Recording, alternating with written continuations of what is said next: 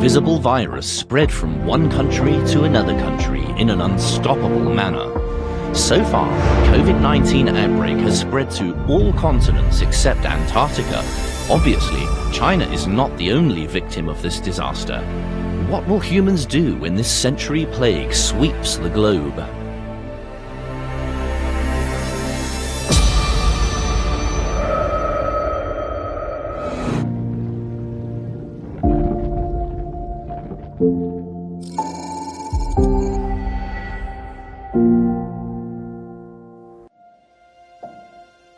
Facing the virus, the common enemy of humans, somebody chose to complain, hate, and ignore everything, while others chose to fight together.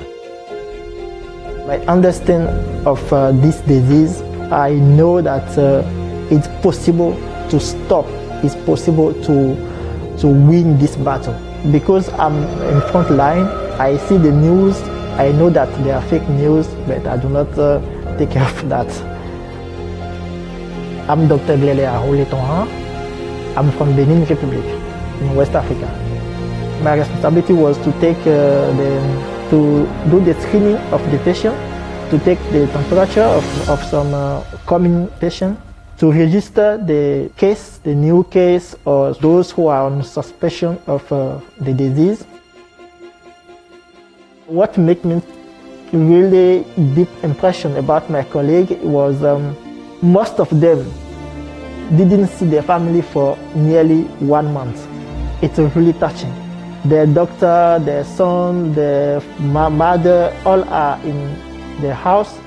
After that, when you see the medical personnel with the protective cloth, after 10 hours, more than 10 hours before getting out, you will see from the start with the facial mark all in their face. It's really touching. With the sweat, all these things, it's really touching. Chinese doctors give their life to save China.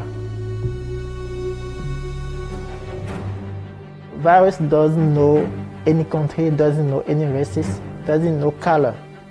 We have many viruses who appear in Europe, in Africa, and then this time it appears here. We don't have to give a country name to a virus. We have to be united as one to fight this virus.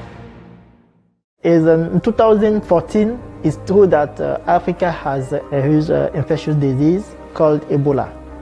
And China was the first country who came to help Africa in that battle.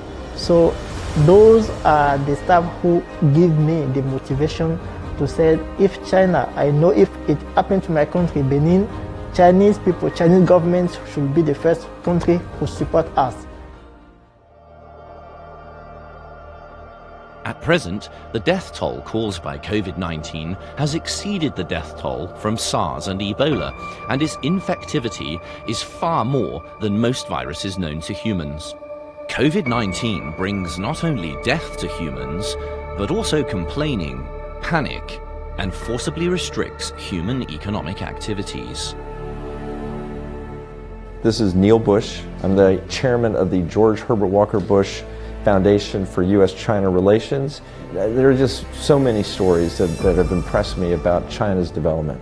First of all, it'd be hard for me to criticize China's system that has been so successful over the past 40 years in achieving amazing goals of lifting people out of poverty, creating jobs, giving people opportunities they couldn't ever have imagined.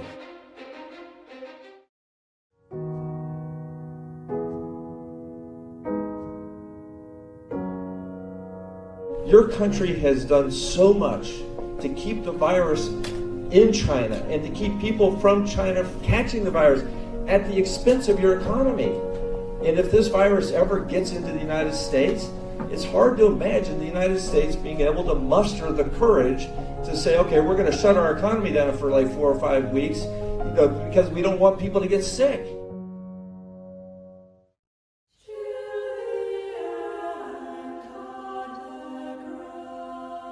The attack of an unknown virus outbreak in the science fiction Black Spring, written by the Japanese novelist Muneki Yamada, reads that if there is such a virus in the world, even if there are many dangers, Even if it is only a futile struggle, I think humans will do their best to resist. In the spring of 2020, this is no longer science fiction, but the reality we are faced with. I'm Marianne Fredericks. I am a Common Councilman in the City of London, and I am Chairman of the Health and Wellbeing Board. The speed that China has actually dealt with the issue has shown the rest of the world what we need to do. So we have seen with other countries that have seen a number of cases, they have taken the learnings from China and employed them. So the sooner we contain the virus, the less it will spread. It will show that we need to work together if we're going to solve the problems that we all face. So I hope that by coming together we will resolve more than just this issue. We'll hopefully address all the other really pressing issues that we face globally. We're all in it together. We are one people. We are one world.